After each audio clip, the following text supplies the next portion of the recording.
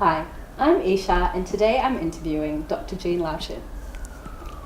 Dr. Chin is a professor at the University of Adelphi in the United States, and she's also a professor at the University of Sydney. She's a distinguished chair on a Fulbright scholarship, and I'm so excited to hear about what you're doing. Thank you. Yes, I'm a psychologist by background, and I'm here on my sabbatical, so that the work that I'm doing is really research on global and diverse leadership, and I'm here for 6 months. That sounds really interesting, Jean, and I'd like to hear a bit about, what diversity means to you, and I guess what your approach to it is in the coming years for us. Diversity to me really means looking at the differences across people and groups, and really an emphasis on looking at those differences within, whether we're talking about within an organization, within a country.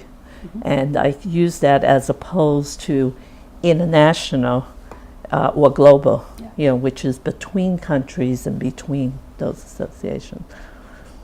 Okay, and have you found anything surprising since you've come to Australia in the diversity that we have here? Yes, actually.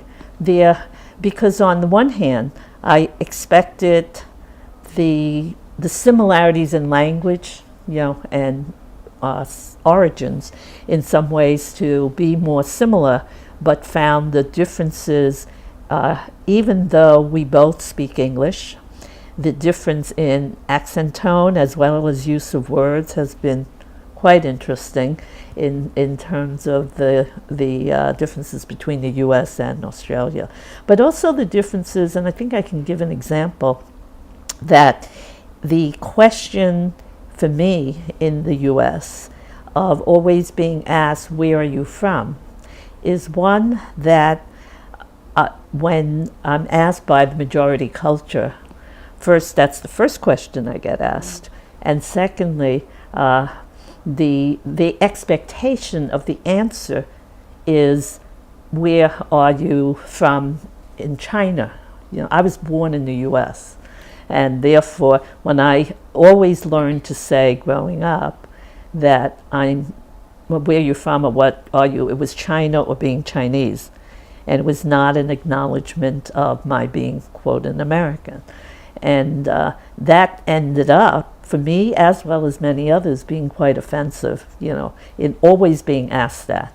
And what I've learned here, that's often the question that is asked with Aboriginal Torres Strait Islander folk, about where you're from, meaning what country, what land, what nation, and so on. And it's not viewed as offensive, and it struck me at first in terms of, oh gee, that, it's not met with offensiveness on either side, whereas that wasn't the case for me. And then I reflected on my own experience and realized when in the US, I'm asked that same question by my community, within Chinese Americans, that it's not an offensive question. And it's always a question that's asked because they're looking for the connection and the bonding of where are my family, from and the origins.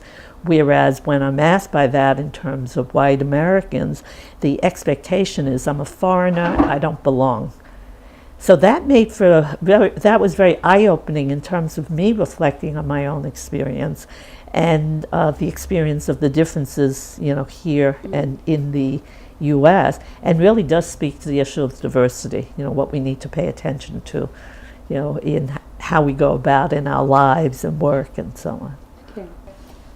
Then the focus of your work in diversity, I understand, is making leadership diverse, making leaders on boards and leaders in the community a diverse representation of the society we live in. So would you like to tell us a bit more about, what is the value of having diversity in leadership? Okay, that's a really important and good question. When I first looked into leadership, because I have been in leadership roles as in management and other leadership roles. And then I went into looking at researching leadership. And when I first began to do that, I looked at many leadership models. And and ended up finding there weren't any that really looked at the issues of diversity in leadership, which is how I ended up then beginning to do research on diversity in leadership. And there's 2 points to that I wanted to make in response to your question. One is, it's not diversity, whether it's leadership or otherwise, is not just about representation. It's not how many of X numbers or types of people in particular groups that are around the table, in the room, or in. So it's not only about representation, but also about what do you do that when you lead, that reflects an attention to diversity, which is when someone leads and pays attention to the members of the group as if they're all the same and they're homogenous, and then often that they represent and reflect the dominant group in society, then that often ends up not being very culturally competent or diverse in one's leadership. So it's not only about who the leader is, although that's important, but also how the leader goes about engaging, interacting, and leading. From there, Jean, it would be really important to ask the question that what actually makes an effective leader in today's world? Okay. Yeah, and if we need to look at some of the principles about cultural competence and about diversity, which includes the attention to and the value and respect for difference, the attention to and value for inclusiveness. So diversity, inclusiveness, respect for that. And with that then comes other qualities about integrity and being equity and addressing those in how you formulate all aspects of your work, your influence and work as a leader. Because leadership is really about influence and achieving a shared outcome. And that to be effective means you have to pay attention to that in who your members are and how you go about doing your work and defining your outcomes. So that being effective then would include all those dimensions, and an effective leader would develop shared outcomes that reflects the diversity of the interest and goals of all their members. To me, I feel huge pressure as the next generation of future leaders to carry forward this diversity. And I believe there's a really important role. I don't have an understanding of the role, but universities are really important in shaping leaders. So what's your take on the importance and role of universities in enabling us to become effective leaders? I think it's really important, as when we talk about leadership, to really talk about leadership in our next generation. And because you are the future, and that's very critical in terms of attending to it, in terms of having you be prepared, for that, because you will be there certainly after, us. And the thing is that the role of universities in that process then becomes very critical, is that how do you teach and train your students and the younger generation towards preparing you for what you will need to do in the future.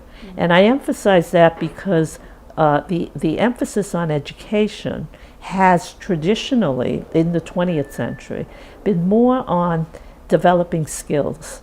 What are the skills that you will need? Given the changes now in society and how rapidly things are changing, that's no longer the case. You and the next generation, and I've said that before in other regards, that by the time you graduate, the world will be different from when it was when you were a student. And that's only a couple of years. So that any skill that you learn will be outdated by the time you graduate. So that's where the issue of the process and the role of leadership is one that is most important for universities to be thinking about and to prepare students to do and to engage. Now, I think at the University of Sydney, having come here, I have been both pleasantly surprised because of its unique, I believe, emphasis on looking at both leadership and cultural competence at the highest level of the university as goals and aspirations. And that is not that common throughout higher educations throughout the world, as I would understand. And therefore, it feels it's impressive, and I'm was pleasantly surprised to come here to see that, but at the same time that's not enough, because just stating that to students, to faculty, and to everyone doesn't make it happen, doesn't make it meaningful, and doesn't make it relevant. So I think that's where it needs to come from both ends in terms of developing that as a mindset and as a goal, and to begin to look at the concrete ways as to how that can come about. Jean, it's actually a total privilege to me to know that you're living at International House. You're part of our student community. And as you know, International House is made up of students from over 50 different countries, from all sorts of backgrounds and disciplines, and I think it's a really unique place to live. I'm curious to hear what you think an environment like this does for cultural competency. Mm-hmm. Mm-hmm. Yes, I feel it's also been quite a privilege to live here and to mingle and interact with the other students and residents within International House. And that provided a really important dimension to my experience while I was here, to be part of that network or community within a community, in terms of the university. And what that means is also quite significant from the standpoint of diversity in terms of leadership, because I think the International House also views its mission and its goal as helping to, one, provide a culture of this international mix, and also to support its residents, in terms of leadership within that context. And I think it provides, and as such, I think the International House really provides an excellent opportunity to operationalize or concretize those kinds of goals and missions. I attended the performance of the alumni and residents in musical performances, and the mix of it. In particular, I think it was pointed out to me that the last performance, which included a Chinese ensemble, but the song that was sung was initially composed in English in Spain, and then translated ultimately to Chinese. And the performance included traditional Chinese ensemble instruments along with a Western guitar. And it all came together in a way that made for really beautiful music and composition. And I think that symbolizes some of the operationalizing of how International House can and does promote those objectives about diversity, about leadership, and about what the importance of an international community can do in creating innovation, in promoting, a climate of exchange and participation that I think speaks to some of the broader goals that we would have for diversity and leadership in a broader context, and to achieve the greater good, if you will. What sort of advice would you then give to the students of today, and what role do they play in driving forward leadership and diversity? Mm-hmm, mm-hmm. I think one of the things that I've talked about in terms of leadership is the importance of looking at our past, present, and future. That in one statement that's been made is you need to look at your past to see your future. And that has many implications, but in terms of students, you are our future. And I think to recognize that is important. So the message is one that what is your, to look at your responsibility and potential in emphasizing that, so that includes then the notions of how to be culturally competent, which is the self-awareness, the reflection, and the recognition of one's biases, but also what one brings, and how to use that, in what you do in your career and your life. So I think that's one is how do you keep that mindset about who you are and what you bring, to the discussion in terms of your future. And the second message is prepare yourself with not with the skills as I mentioned, but with the process of what do I need to be as in terms of to be prepared to live, to lead, and to work in a future that's not going to be anything like what we are in right now. You're studying global and diverse leadership, and what does that mean in terms of what you're doing in Australia? Okay. Well, the work that I'm doing on global and diverse leadership is also part of an international leadership network that I actually formed together with the collaboration of more than 25 researchers throughout the globe. And each of them are also participating in the research in a similar area. What's common for all of us is that we are interviewing diverse leaders throughout the world. Here in Australia, what I'm doing is I want to look specifically at the Aboriginal and Torres Strait Islander leaders, because it is these voices that are actually missing from the dialogue in terms of leadership and leadership framework. We have lots and lots of data in the leadership literature about leadership, but they are primarily about white, male, North American, or Eurocentric leaders. And that's not a complete picture about who are the leaders and how is leadership exercised by a diverse group of leaders. So that I think these narratives will be quite informative in making a more complete picture about what's effective leadership and what can be effective leadership amongst diverse groups of leaders. Jean, it's been an absolute pleasure to hear from you today, and I look forward to discovering more about your research in the future. Thank you for your time and sharing what you believe in. Is there anything else you'd like to share? Well, I also want to thank you for the interview. It's been enjoyable in terms of our conversation.